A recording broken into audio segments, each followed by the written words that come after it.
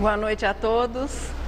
Estamos vivendo hoje a nossa aula número 29. Foram 10 questões, acredito que durante a semana o tempo foi mais do que suficiente para que nós tivéssemos percorrido essas questões lá no Livro dos Espíritos, no capítulo 7º, da terceira parte, do número 766 a 775. Nós estamos, acredito que para a maioria dos companheiros, revendo as leis morais. Para aqueles que estejam pela primeira vez, procurando assim oferecer uma apresentação aqui na parte expositiva, mas sempre realçando a importância do nosso estudo individual. As leis morais, elas tratam da relação do homem para com Deus, para com o próximo e para consigo. E a lei de sociedade é que nós vamos hoje recordarmos juntos, ou para aqueles que estejam pela primeira vez, apresentá-la. É aquela que regula a nossa responsabilidade, a responsabilidade que nós temos para com o próximo. As leis anteriores ficaram ligadas a algumas palavrinhas, facilitando a memorização. Vamos ver quem é que se lembra. A lei de adoração, o que é que ficou ligadinho à lei de adoração? Deus e prece. E a lei de trabalho? Progresso. A lei de reprodução? Reencarnação. A lei de conservação, esse ninguém esquece. Necessário e supérfluo. A lei de destruição, a palavra transformação, porque é através da destruição dos corpos que vai ocorrendo tanto a transformação natural na própria natureza, como a transformação moral do espírito, vivendo e revivendo as experiências reencarnatórias. Nós vamos descobrir ao final qual é a palavra que vai ficar ligada à lei de sociedade, ou seja, a linha mestra, o tema. A lei de sociedade nos traz assim nos seus artigos o que para algumas pessoas representa, não sei se para todas, acredito que nós que estamos aqui não devemos ter maiores problemas com relação ao assunto família. Família é interessante. Quem tem, reclama. Muitos de vez em quando estão sempre fazendo as malas, dizendo-se assim não suportar mais, que vai deixar, vai desaparecer. Então quem tem família reclama, dizendo que não consegue suportar a convivência. Quem não tem família deveria, portanto, ser muito feliz. Mas o que se vê na prática é que as pessoas que também não têm família dizem não suportar a ausência.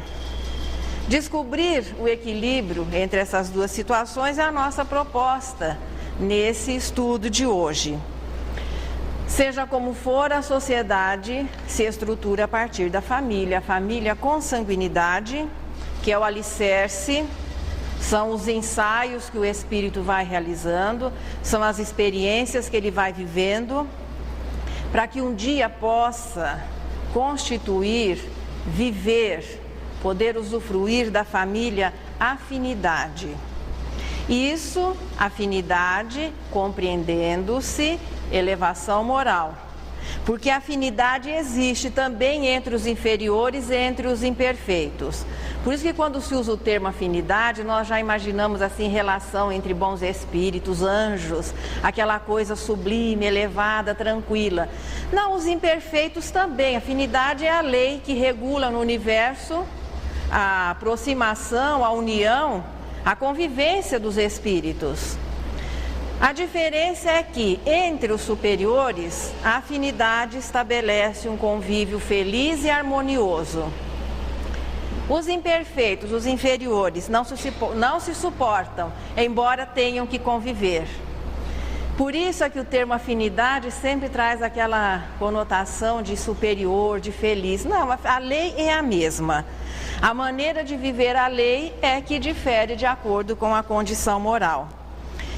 Enquanto não chegamos a essa realidade sublime de uma convivência feliz, harmoniosa, tranquila, nós vamos, no momento, vivendo e revivendo as experiências familiares, o lar docilar de um planeta de expiação e provas. Como se organiza a família, expiação e provas? Evidentemente que nesse conjunto, alguns já se entendem. Conseguem, portanto, conviver dentro do agrupamento familiar, conseguem estabelecer uma convivência saudável. Mas mesmo neste agrupamento familiar, existem aqueles que não se entendem, existem aqueles que não se suportam. É por isso que ainda a família feliz, dentro de um plano de provas e expiações, não é a realidade. Então não adianta ficarmos frustrados, aborrecidos, infelizes, revoltados, porque por não estarmos vivendo a família feliz aqui no planeta Terra. Família feliz, realmente nós vamos viver, já vivemos a família primitiva, estamos vivendo a família expiação e provas. Disso nós somos bem assim informados e experientes. Vamos viver a família regeneração. Aí sim que estaremos vivendo a família feliz. Não estamos colocando isso para que ninguém fique assim, triste, aborrecido, desesperançado, muito pelo contrário. Todos nós um dia teremos direito a viver a tranquilidade de uma família feliz. Aqueles que hoje já vivem família feliz e não é realidade ainda em um plano de expiação e provas, quando existe são exceções, também passaram por todos os caminhos, viveram todas as experiências que estamos vivendo agora. O início é a família consanguinidade. As semelhanças baseadas, é claro, nas leis que regulam a relação material, a semelhança física. A família consanguinidade tem as suas raízes nos reinos mais simples da natureza. Nós preferimos chamá-los assim. A estrutura familiar começa a ser ensaiada, desenvolvida pelo princípio inteligente, ainda nas expressões da irracionalidade. Mais tarde, quando já na situação de espírito, tangido, pressionado pela necessidade, os participantes da espécie humana começaram a se agrupar, formando a família. Essa ligação é estabelecida exatamente de início pelos vínculos materiais, direcionada, ainda nas suas primeiras expressões, pelo instinto de conservação, que garante, que preserva a vida. Veja, as primeiras expressões da família humana eram ainda aquela família bruta, primitiva, que se agrupou em função da própria proteção, obediente aqui, aos instintos, àquela altura, muito atuantes. Quando cessa a ligação entre os membros da família, olhando agora entre os seres mais simples da natureza? Quando os descendentes, a prole, os filhotes podem cuidar de si. A ligação com o grupo familiar, estabelecida pela consanguinidade, ela existe apenas enquanto houver a necessidade de proteger a descendência. Daí para frente, é cada um para si, Deus para todos mesmo, porque encontrando-se, considerar-se-ão inimigos, concorrentes, não vai existir mais aquela proteção do início.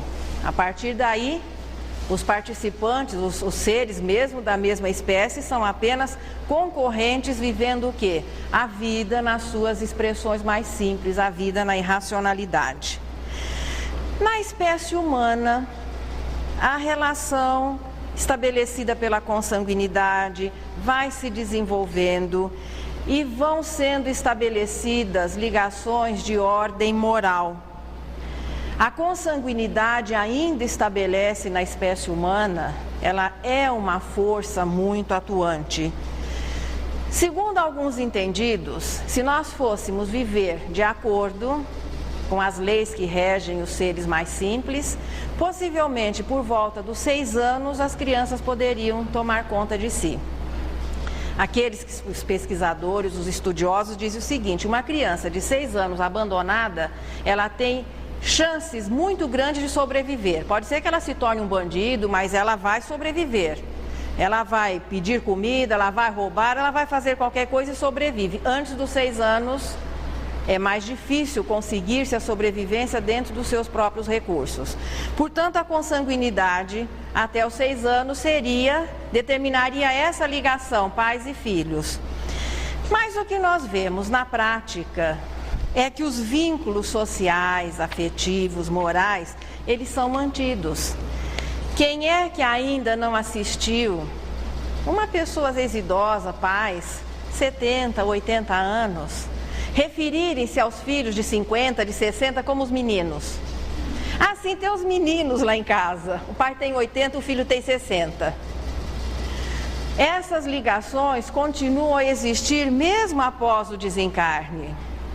Então, ligações de ordem moral, ligações afetivas, que transcendem aos limites estabelecidos pela matéria.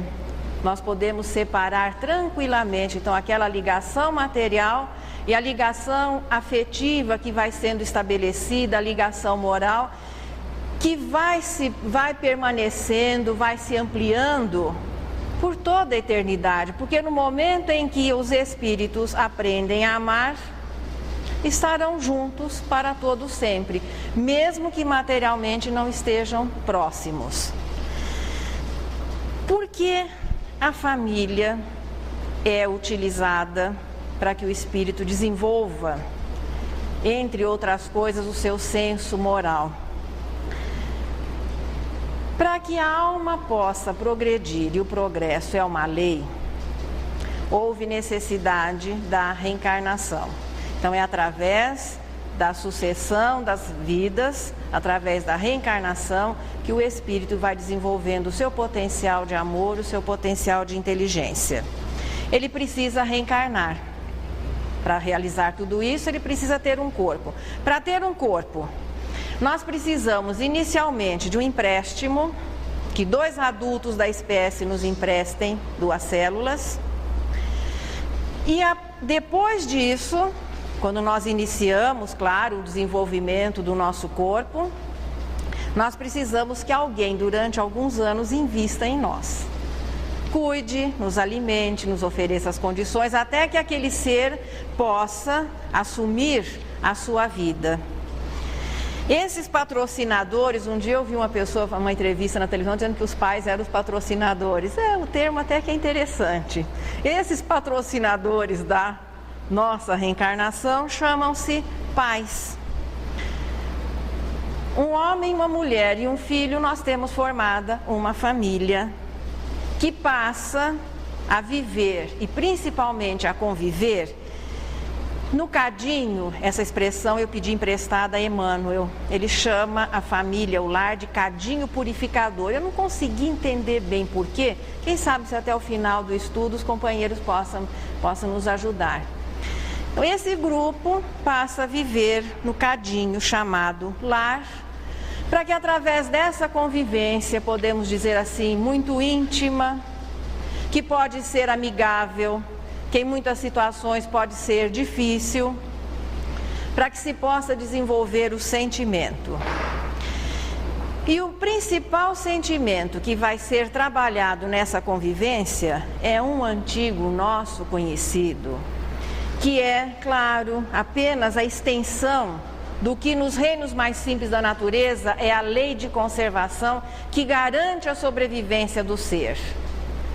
Aqui, na vida já, na humanização, esse sentimento se chama egoísmo, podendo dizer que aquele já seria, sob muitos aspectos, uma distorção da lei de conservação, ou uma maneira incorreta de vivermos essa lei, porque a lei de conservação faz com que o indivíduo procure cuidar-se, sobreviver, mas sempre respeitando o direito alheio. Quando não existe esse respeito, chama-se egoísmo mesmo. A convivência estabelecida pela consanguinidade direciona de uma maneira assim muito sutil nas suas primeiras expressões e depois cada vez mais consciente, leva os seres a vivência da abnegação, suportando-se, protegendo-se, trabalhando juntos. Aquele ser, então voltando às primeiras expressões da espécie humana, que vivia solitário na floresta, garantindo a sua preservação e a sua liberdade através do que? Da força. Depois ele passa a conviver, forma-se o grupo familiar, e ele não pensa apenas na sua sobrevivência e nas suas necessidades. Ele passa a considerar a sua família, a sua descendência, que é instintivo. Inicialmente essas expressões são instintivas, mas depois elas vão se tornando conscientes. Nesse cadinho que é a convivência familiar, nós vamos aprendendo a nos suportar, vamos nos protegendo, trabalhando juntos. A convivência cada vez vai se tornando mais agradável, até que um dia chega-se ao amor, que é exatamente o sentimento contrário ao egoísmo. A lei de reprodução direciona os seres à formação da família. A necessidade estabelecida pela lei de conservação fortalece esses laços. A convivência decorrente das duas situações anteriores, a reprodução e a conservação, aí existindo uma forte carga instintiva pesando nesse agrupamento, mas a convivência vai fazendo com que os sentimentos vão se sublimando e nós temos ali a aplicação da lei de sociedade. É ela que faz com que nós nos sintamos atraídos a viver junto, procurando a convivência das pessoas e nos sentindo desajustados quando não conseguimos encontrar, quando não conseguimos nos ajustar a essa convivência. Se continuássemos mantendo a nossa situação de solitários, cada um pensando em si, existiria uma dificuldade muito maior para que os sentimentos pudessem se desenvolver. Portanto, a consanguinidade, a lei de reprodução, a lei de conservação, que faz com que o indivíduo procure manter-se vivo dentro agora da realidade humana, faz com que a convivência se estabeleça. E aí sim, nos preocupamos em proteger, em cuidar, em dialogar. Olha que coisa interessante, surgiu uma nova palavra na nossa convivência: o diálogo. As pessoas começam a se comunicar dentro desse agrupamento familiar. Ter família é o primeiro conceito a respeito do assunto. Quando nós fazemos uma pergunta assim: você tem família? Ah, tenho família. É um conceito instintivo, tanto que é espontâneo. É natural que se tenha uma família, mas vamos considerar que na expressão ter família, há um quê de primitivismo. É a minha família, então vem o possessivo. Qual é a expressão mais avançada? É ser família. Ter família, fica bem claro que os outros têm responsabilidades, deveres para conosco. Ser membro de uma família, vai ficando claro que nós temos responsabilidades, deveres e também vantagens dessa convivência. Por isso, aplicando-se o verbo ser, é um conceito renovado, mais avançado, identificando já um indício de elevação moral. Para que nós pudéssemos desenvolver, sublimar os nossos sentimentos, Deus nos dotou dessa necessidade de conviver, porque as leis morais, onde estão escritas as leis morais? Têm sido reveladas, se fazem presente na natureza e estão na consciência de cada um. Portanto, existe dentro de nós essa necessidade de conviver, de estar próximo, de estar junto. Comecemos já por abolir o ter. Então, somos membros de uma família. Somos uma família. Veja que a expressão fica mais amena, há uma divisão de responsabilidades, não os outros tendo deveres para conosco apenas. A família consanguinidade, portanto, é a fase inicial do aprendizado da convivência. O objetivo, para que o espírito atinja a perfeição, ele tem que desenvolver os seus sentimentos, ou seja, ele tem que amar. Independentemente das pessoas, ele desenvolve o seu sentimento. Aonde nós iríamos treinar isso? Convivendo em experiências renovadas com grupos de pessoas. E geralmente a convivência do início sempre difícil, exigindo cada vez mais uma carga maior de compreensão por parte daqueles que já compreendem esse mecanismo. Então nós vamos amando 1, 2, 3, 10, 100, até que chega um momento em que desenvolveu-se a capacidade. Isso caracteriza a pureza de espírito. Nós não iríamos conviver com todos os seres incorpóreos que povoam o universo. O suficiente, vamos conviver o suficiente para que possamos amar a todos os seres incorpóreos que povoam o universo, independentemente de quem sejam. Para que essa convivência pudesse ser estabelecida, Deus dotou os seres, principalmente a espécie humana, das faculdades que permitem uma convivência normal, saudável, agradável. O normal é conviver. O isolamento é indício de dificuldades, de problemas, muitas vezes caracterizando até problemas de ordem emocional, problemas, transtornos mentais. Nós treinamos, portanto, na consanguinidade, a convivência para que o nosso sentimento se amplie. O que é que se treina em primeiro lugar na convivência familiar? Em primeiro lugar, o respeito aos pais. Mas não seria, em primeiro lugar, o cuidado dos pais para com os filhos? Este já é uma continuidade das experiências que o princípio inteligente vive ainda na irracionalidade. Qualquer bicho na floresta desses que tem a vida organizada em família, cuida da sua prole. Portanto, o amor materno, o amor paterno, é simplesmente um processamento instintivo. É alguma coisa que o princípio inteligente já vem desenvolvendo antes da humanização e depois continua desde as primeiras expressões da espécie humana. Já o respeito dos filhos pelos pais, ele foi colocado como um dever aqui para a humanidade terrestre a partir do Decálogo, há 1.300 anos antes de Jesus. Olha que nós tivemos muitas experiências familiares anteriores. Mas a partir do Decálogo, que é a revelação da justiça cósmica à humanidade terrestre, o honrar pai e mãe, ali é uma sugestão. Não se fala ainda em amor, mas em respeito, em cuidado, em agradecimento. Porque se não fossem os pais, se não fossem os nossos pais, nós não estaríamos por aqui. O espírito até desencarna sozinho, ele não precisa da ajuda de ninguém para desencarnar. Não existe, inclusive, fila para desencarne. Porque todo mundo gosta que o outro passe à frente. Não, fique tranquilo, só pode passar à minha frente. A gente não faz questão de ser o último da fila.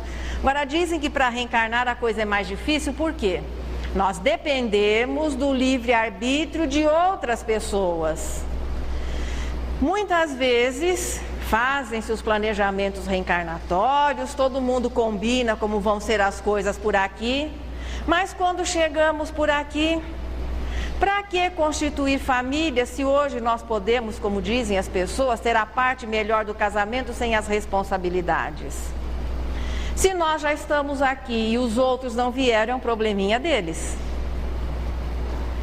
Ainda, aquele que está no mundo espiritual e que precisa de um corpo, mas em muitas situações ele tem que ser artista mesmo, para conseguir vencer todos os recursos que hoje existem para impedir uma gravidez. Daí aquela fila. Todo mundo tentando dar um jeitinho da mamãe esquecer de tomar pílula e outras coisas mais, para que ele possa finalmente pegar aquele empréstimo que são as 2 células e estabelecer-se como um novo cidadão terrestre. reconhecer essa oportunidade que nos é dada, e isso deve estender-se inclusive àqueles que não tiveram oportunidade de estar com os seus pais verdadeiros. Porque em muitas situações existem pessoas que não puderam ser, claro, recebidas, orientadas pelos seus pais, mas tiveram alguém. Para que nós pudéssemos receber o benefício de uma outra família ou de outros pais, cuidarem de nós e nos educarem, alguém precisou, consciente ou inconscientemente, nos fazer aquele empréstimo. Portanto, este reconhecimento deve existir sempre. Se o amor materno, o amor paterno é apenas uma extensão de algo que já vem se estruturando nos reinos mais simples da natureza, o reconhecimento é indício de elevação moral. É quando realmente nós começamos a valorizar a oportunidade que alguém nos deu por estarmos reencarnados e depois pelo investimento que alguém fez em nós para que nós pudéssemos hoje estar aqui recordando ou tomando conhecimento dessas lições. Mas voltando aos recursos, às faculdades que permitem, melhor dizendo, que facilitam, que direcionam os indivíduos à convivência. Para que o espírito possa materializar-se, no sentido assim, ter um corpo e viver aqui na vida material,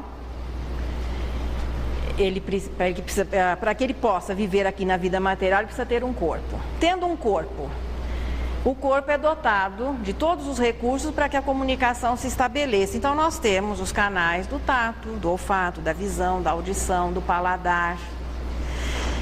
O paladar localiza-se nas papilas, da língua. Então é a boca que acaba nos oferecendo os recursos de saborear os alimentos, se são agradáveis ou não, mas logo nós fomos descobrindo que a boca tinha outras utilidades, além de servir de veículo para a alimentação. Descobrimos que podíamos falar. Imagine o princípio inteligente, que levou 1.150 bilhões de anos desenvolvendo a sua capacidade mental, expressando-se através de recursos de mímica, disso, daquilo, mas chegou um momento que mesmo dentro da espécie humana, inicialmente não falávamos, a bem da verdade, antes de falar, nós grunhíamos. Aqueles grunhidos simpáticos deveriam ser os recursos de comunicação. Mas chegou o momento em que as expressões da fala se fizeram presente à espécie humana. Nós ficamos 1.150 bilhões de anos e mais alguns de troco sem poder falar. Chegou o momento em que começamos a falar. Parece que aquele efeito da pílula que o doutor Sapo deu a Emília lá no Monteiro Lobato, ela falou 3 dias sem parar. Ninguém aguentava, tinha tantas palavras dentro que a pessoa falou 3 dias e 3 noites. Nós estamos mais ou menos vivendo essa fase. Levamos tanto tempo para conseguir falar ou expressar o nosso pensamento através da palavra, e a espécie humana tem aí por volta de uns 2 milhões de anos ou um pouco mais, que ainda não conseguimos controlar ou administrar ou conviver de uma maneira mais saudável com este recurso fantástico. Transformar em palavras as expressões do nosso pensamento, que é a forma mais importante e mais simples de comunicação. Observando as dificuldades que a humanidade ainda tem em controlar as suas palavras, alguns segmentos religiosos mais radicais prescreveram e ainda prescrevem o isolamento e o voto de silêncio. O indivíduo recolher-se e não conversar, considerando-se o isolamento e o silêncio como situações importantes ao crescimento da alma. Como se aquela reclusão e o silêncio, só essas 2 situações fossem suficientes para que a alma se tornasse melhor. Se o objetivo de Deus ou se a virtude, o desenvolvimento das virtudes, ou a conquista das virtudes, como se diz, particularmente eu prefiro dizer o desenvolvimento, fosse, o objetivo divino fosse que isso se conseguisse através do isolamento e do silêncio, para que ele nos teria dotado de todos os recursos para a comunicação.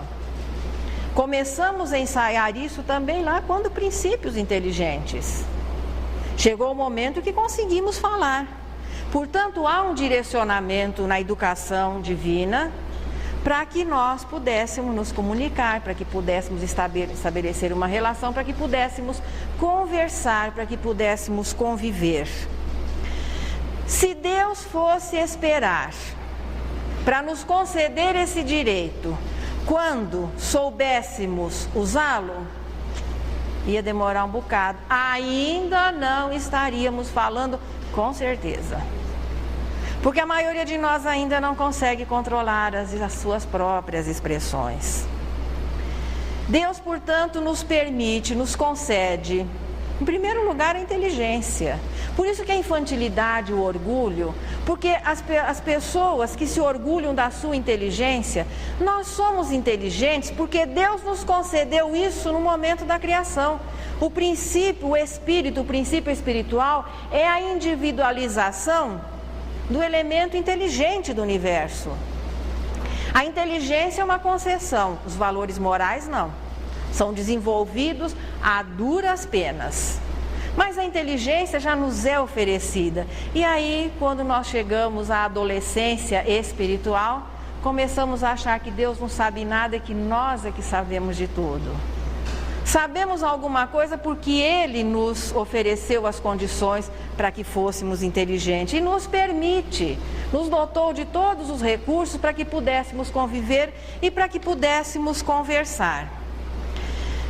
Neste processo de educação é importante começarmos a nos lembrar que nós somos responsáveis não só por aquilo que fazemos, mas por aquilo que falamos e também, já adiantando um pouquinho a lição, por aquilo que pensamos. Hoje vamos nos deter em aquilo que falamos, que é o estudo dessa noite.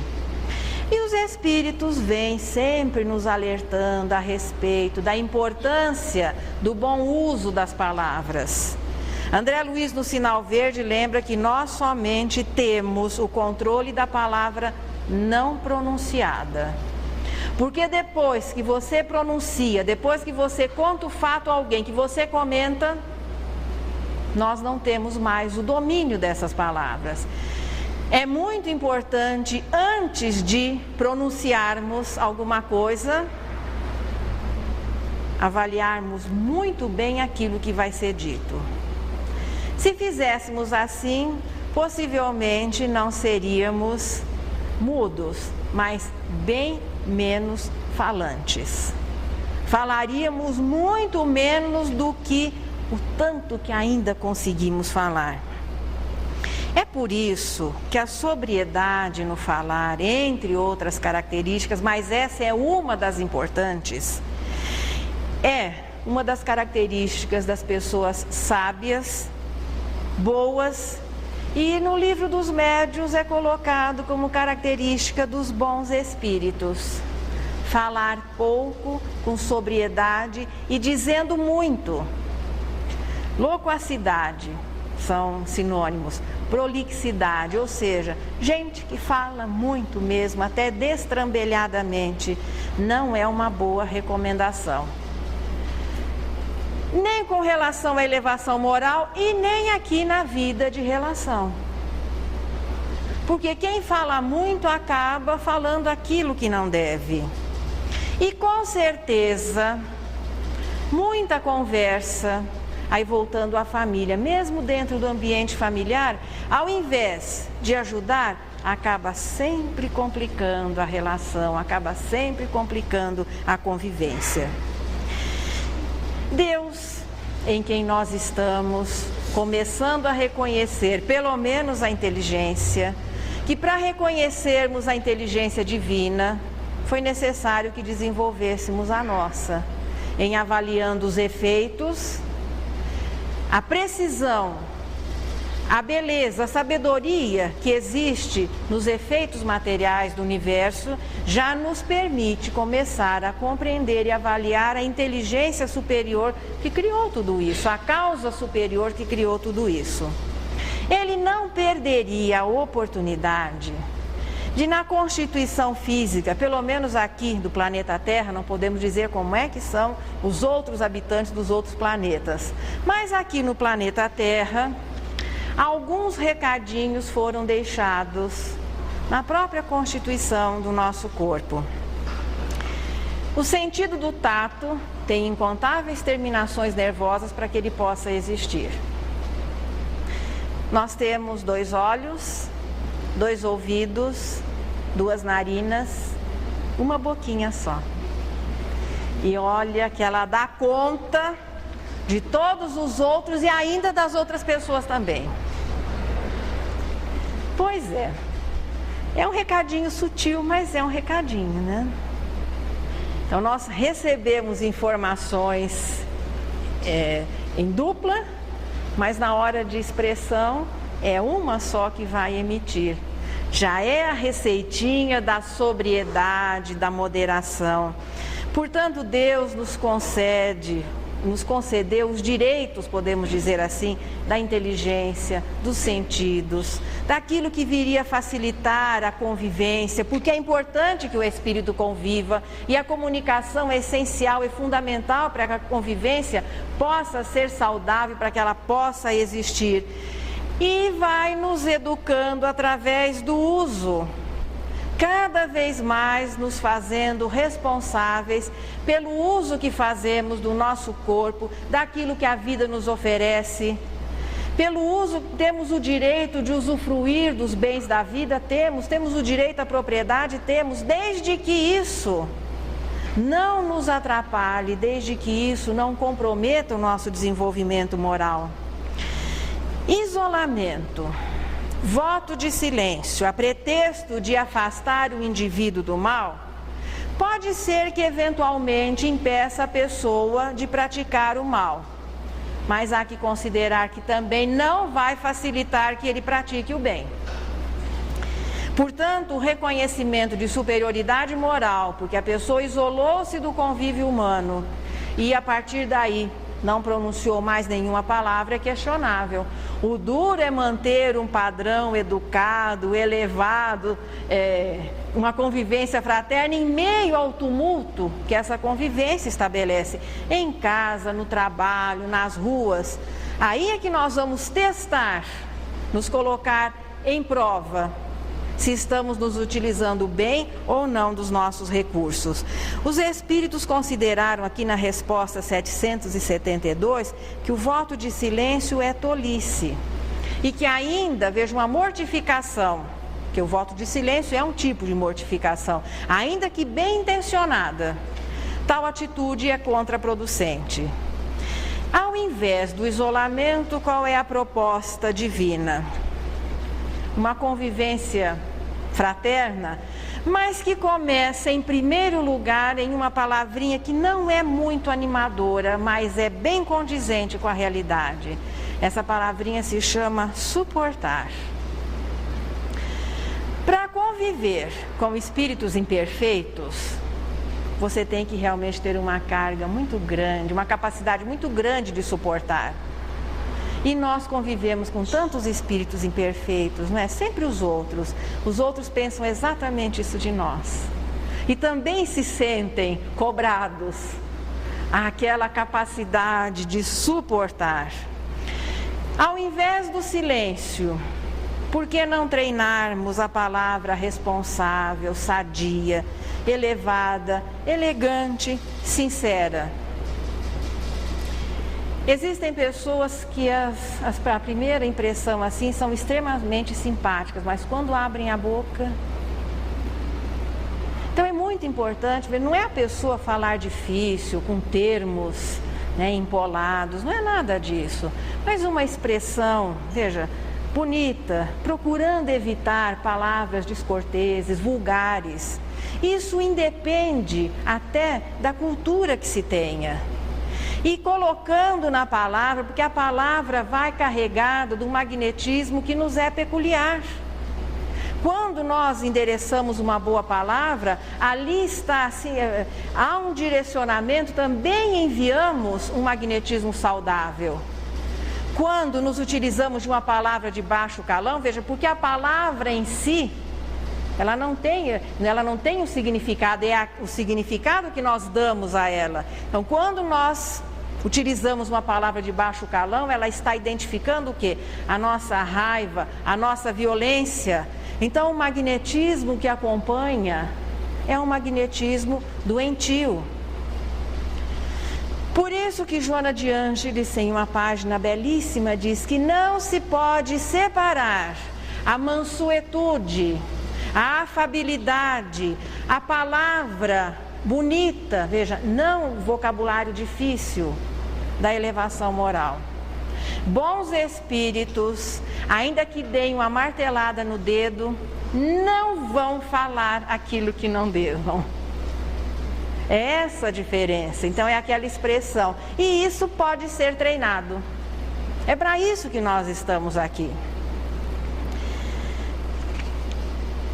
Seria também infantilidade, ainda nessa linha de raciocínio da mortificação, do voto de silêncio, seria infantilidade imaginar que o isolamento, que o silêncio pudesse ser agradável a Deus.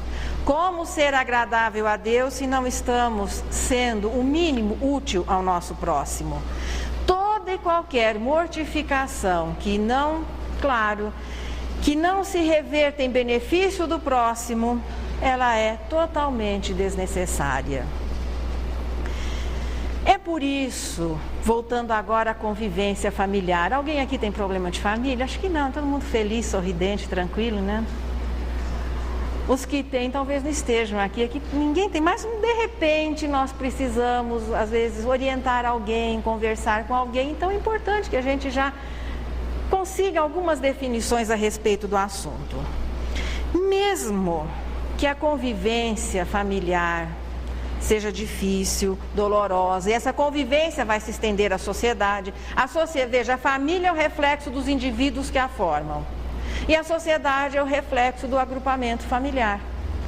Mesmo que a nossa convivência seja difícil, e no capítulo 14 do Evangelho, Honrar Pai e Mãe, Santo Agostinho ele tem uma mensagem belíssima a respeito do assunto.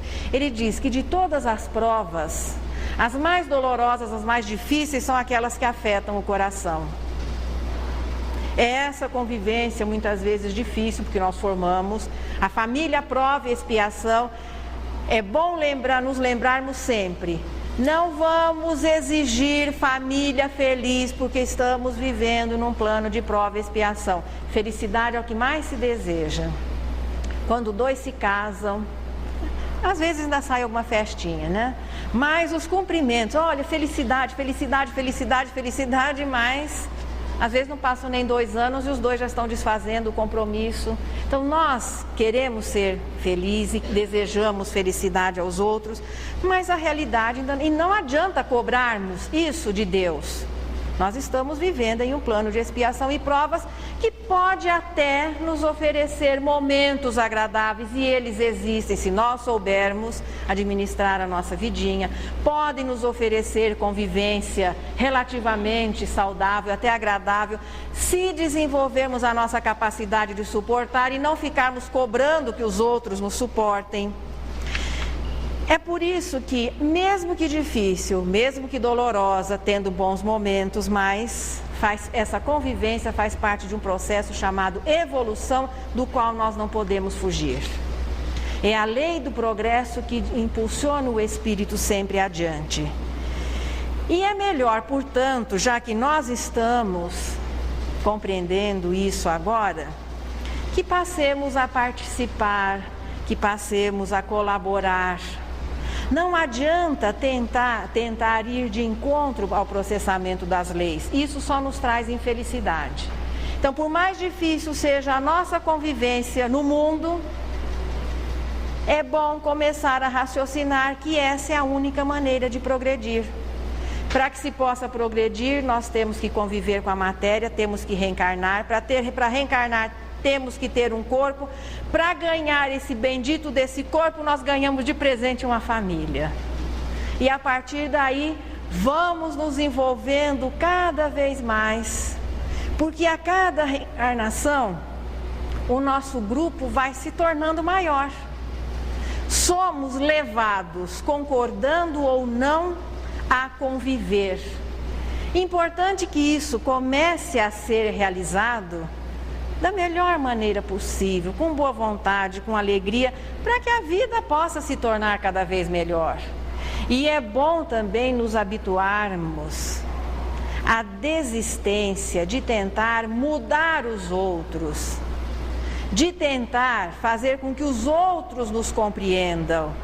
Porque enquanto nós insistirmos nisso, continuaremos infelizes. Os nossos até possíveis bons exemplos podem sensibilizar as pessoas e elas se disporem a mudar. Mas nós não vamos modificar as pessoas. Mas nós separamos, porque afinal de contas já são 29 semanas que nós estamos aqui. E eu acho que de concreto não foi oferecido nada para vocês, assim, para poder ajudar nessa disposição de ser melhor. Hoje vocês vão ganhar um talismã. Quem já participou desse estudo já ganhou. Fazendo uma perguntinha, os outros que já participaram estão usando?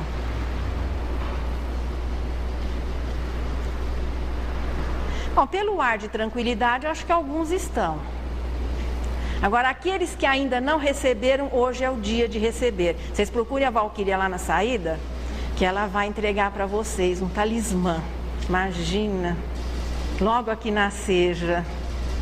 Mas algumas sugestões antes do talismã. Primeira sugestão para uma convivência mais tranquila. Poderíamos dizer assim, primeira dica. Habitue-se a desenvolver a sua capacidade de suportar. Treine isso dia a dia. Em todas as situações. Fazemos isso muito bem com relação ao cultivo do físico, não é? E faz, e corre, e faz, como é que chama aquele negócio que é levantando e abaixando? E uma porção de coisas que nós fazemos para que o nosso físico possa cada vez se tornar mais resistente. Pois é, vamos começar o treinamento do suportar. Aqueles que se suportam, olha o prêmio, conseguem fazer bodas de prata, bodas de ouro se o corpo aguenta, e vão descobrir no fim dessa relação que o amor realmente existe. Que aquele amor que nós procurávamos no começo, e que na maioria das vezes é uma paixão, a paixão dura 3 anos e alguns dias, viu gente? Quando resiste, passa essa marquinha, pode ser que ainda, então desenvolvendo a nossa capacidade de suportar, nós já vamos ganhando, tendo o retorno de uma convivência mais tranquila. E ao final de uma convivência, aqui não limitada apenas à convivência estabelecida pelo casamento, mas podemos aplicar isso a todas as pessoas com as quais nós temos que conviver. É uma sugestão lá do Evangelho da irmã Rosália. Suportar seria assim a característica do espírito que se decide a amar. Para se chegar ao amor, nós temos que aprender a suportar. Porque quem não suporta, não consegue, pelo menos naquela instância, naquele momento, amar. Bom, primeira dica da lei de sociedade, suportar. Não sei, mas parece que o pessoal não se entusiasmou muito não com a sugestão. E é para cá, ver, nós não podemos chegar em casa e dizer para os nossos familiares que eles têm que nos suportar. Eles já se sentem assim. Nós é que temos que começar a mudar o disco, nós é que temos que começar a suportá-los. Segunda sugestão, segunda dica da semana. Conhecem a água santa? Tem algumas pessoas aqui que já conhecem.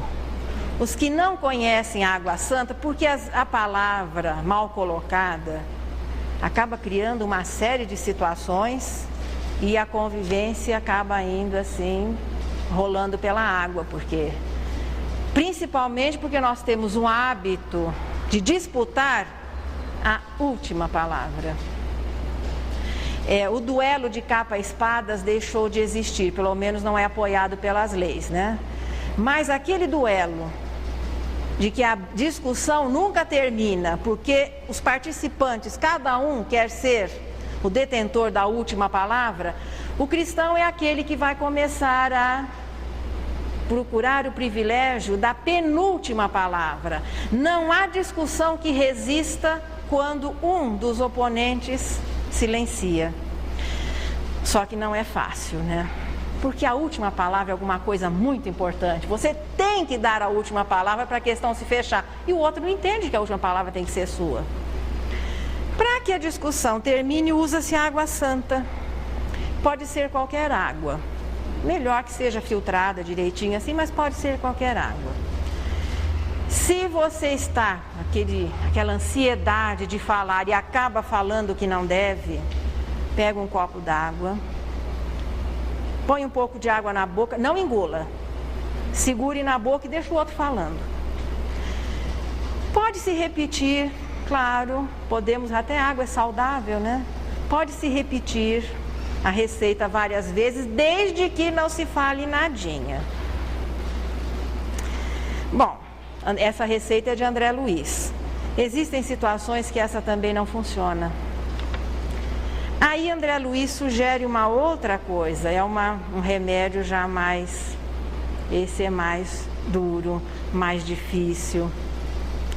Ele diz o seguinte, que quando nós formos utilizar mal a nossa palavra, se não funcionou a água santa, peça a Deus que lhe dê uma laringite. A partir de hoje, agora vocês vão saber porque quando a gente chega com laringite aqui, todo mundo cai na risada. Ninguém fica com peninha, não. Pois é, a partir de hoje, quem chegar aqui com laringite pediu para Deus, nem sempre a gente pede. Ele já sugere uma laringite. Se as 3 sugestões anteriores não funcionarem, agora vamos usar o talismã. Talismã é um objeto que nós acabamos... as pessoas dizem que é um objeto com poderes especiais, mas nós é que acabamos conferindo esses poderes a ele. Mas esse aqui realmente tem um poder especial. É um chaveirinho. Chaveiro é coisa que todo mundo usa. Só que esse é diferente. Ele tem 3 chavinhas. Primeira chave, educação. Segunda chave, bondade. Terceira chavinha, compreensão. A educação é muito importante quando o amor não determina, veja, o nosso comportamento em uma relação na convivência. Ao pé da letra, dependendo de como alguém chega em casa e abre a porta, a família dentro se arma. Chegou. Não tem convivência que resista.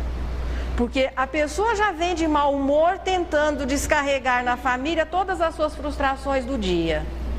Os familiares, por sua vez, não estão a fim de suportar aquela situação que se repete todos os dias. Dependendo de como nós abrimos a porta da casa, o conflito já se estabelece.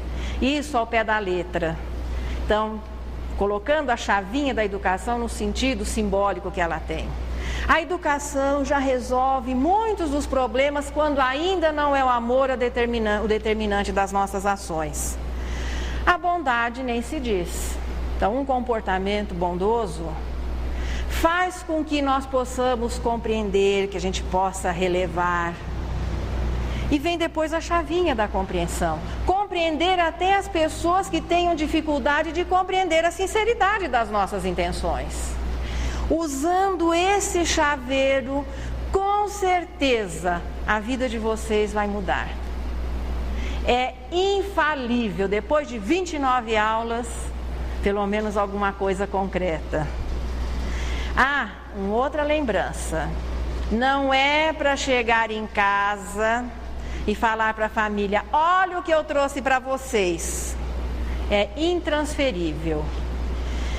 Aonde nós vamos levar o nosso chaveirinho? Dentro do coração. Então não adianta ir perguntar para a Valquíria, ela não vai ter chaveiro para entregar, porque já aconteceu do pessoal ir lá pedir o chaveirinho. É para levar dentro do coração. E com certeza esse chaveiro, que recebeu o nome de chaveiro da felicidade, vai abrir as portas de muitos corações, porque antes de abrir a porta dos corações alheios, terá aberto a portinha do nosso. E o coração tem que ser aberto exatamente pelo lado de dentro. É por isso que o chaveirinho é intransferível.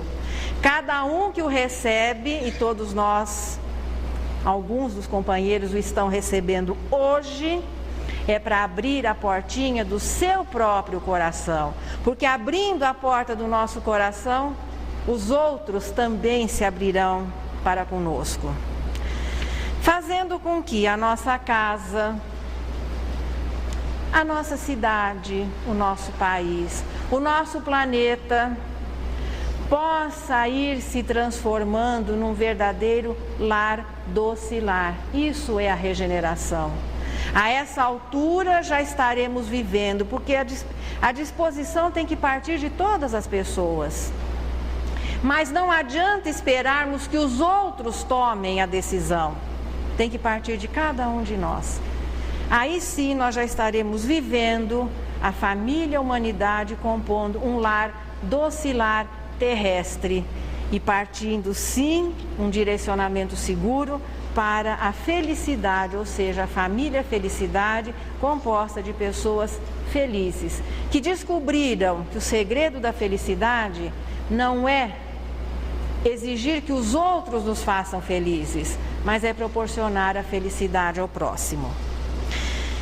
Palavrinha que ficou ligada ao nosso estudo da lei de sociedade, como não poderia deixar de ser, família, para nossa memorização. Na próxima semana, continuamos na sequência das leis, lei do progresso. Essa talvez a palavrinha que vai ficar ligada vá surpreendê-los.